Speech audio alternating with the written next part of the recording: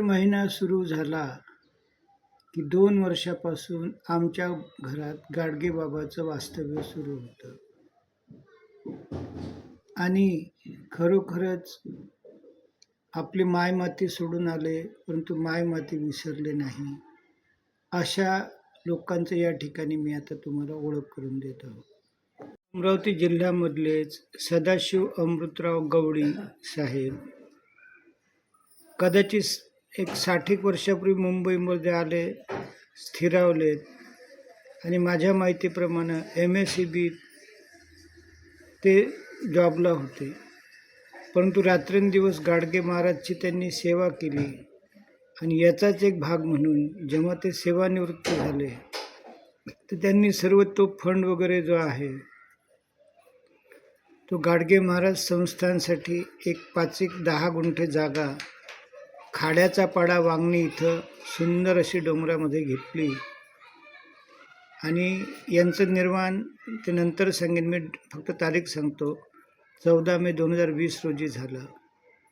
तर अशी ही माणसं आपल्या मायमातेला विसरली नाहीत आणि आता दरवर्षी तिथं गाडगे महाराजचा 20 डिसेंबरला चांगला एक कार्यक्रम होतो आणि त्यानिमित्तानं का होईना आम्ही अकोला, अमरावती, बुलढाणा, नागपूरवासी जे आहो त्यांना इथं गाडगे बाबाचं जे अमरावती असेल किंवा त्यांचं जन्मगाव, त्यांचं ज्या गाव शेतात त्यांनी कामं केली होती ते सर्व यादी आठवणी ताज्या होतात.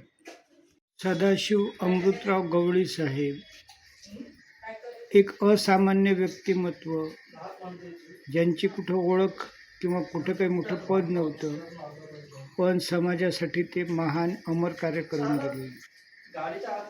विशेषतः कल्याण, ठाणे, टिटवाळा परिसरातील लोकांना त्यांनी हा ठेवला आहे. त्यापूर्वी डोंबिवलीला रमेश बावस्कर साहेबाकडे जाण्याचा योग आला आणि मला वाटलं हे काय आहे, ते पाहिलं, म्हटलं अरे त्यांची 400-500 नातेवाईक आणि हे यांनी गोळा केले, यांनीच खर्च केला 1,00,000-2 लाख रुपये आणि म्हणून मी लेख केला आता उरलो पुण्यासाठी. तर त्यांनी आवडीने गाडगे महाराजच्या या कार्यक्रमाला यावं. याच कार्यक्रमात मला तिसगाव सहजीवनचे लहुडकर तरुण दिसलेत. म्हटलं कमालच आहे, तरुण मुलंसुद्धा एक सामाजिक बांधिलकी जपतात आणि लहुडकर साहेबांनी सुद्धा यामध्ये सक्रिय सहभाग घ्यावा. आणि एक रवी भुईभार म्हणून जे वंशपरंपरागत लीडर आहेत त्याचा तिथे म्हणे सत्कार झाला, त्याची भाषणं झाली. तिथे निळ्या शर्टचे लहुडकर साहेब आहेत. तर अशा रीतीनं या तिघांनीही आता गाडगे महाराजच्या या कार्यक्रमाला हजेरी लावावी हे माझे सक्तीचे आणि प्रेमाचे आदेश. डिसेंबर आलं की मनामध्ये आठवणींची गर्दी होते. ज्या गोष्टीला आपण घाबरतो ते तत्त्व गाडगेबाबांनी समाजाला सांगून दिलं.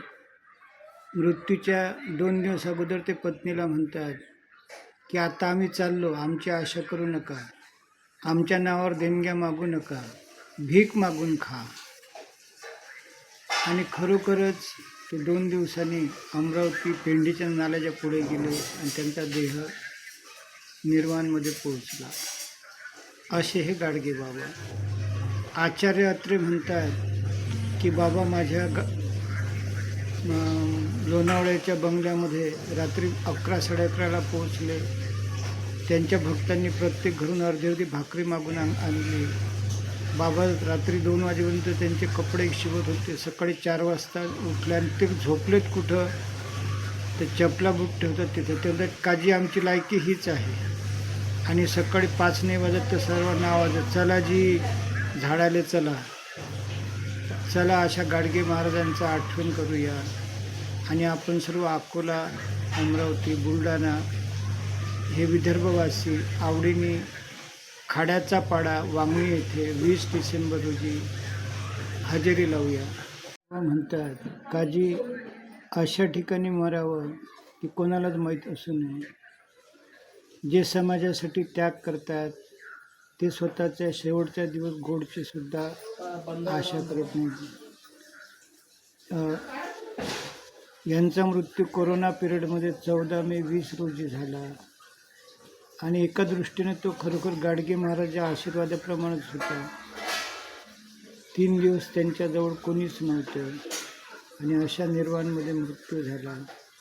त्यांचे आपण स्मरण ठेवून गाडगे बाबाच्या या कार्यक्रमाला जाऊया आणि म्हणून मी पुढचा भाग छोटासा त्यात रेकॉर्ड करत आहोत. तुम्ही वाचन करा, यामध्ये कॉमेंट्री मी करत नाही.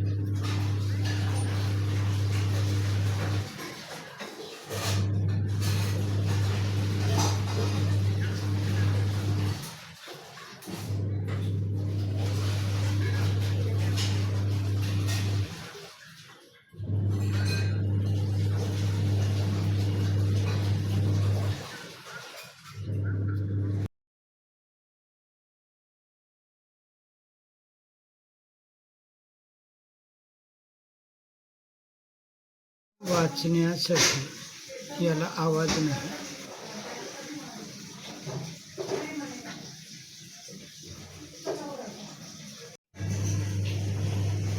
मुंबईकडून कर्जत खोपोली लोकलने वांगणी स्टेशनवर उतरा.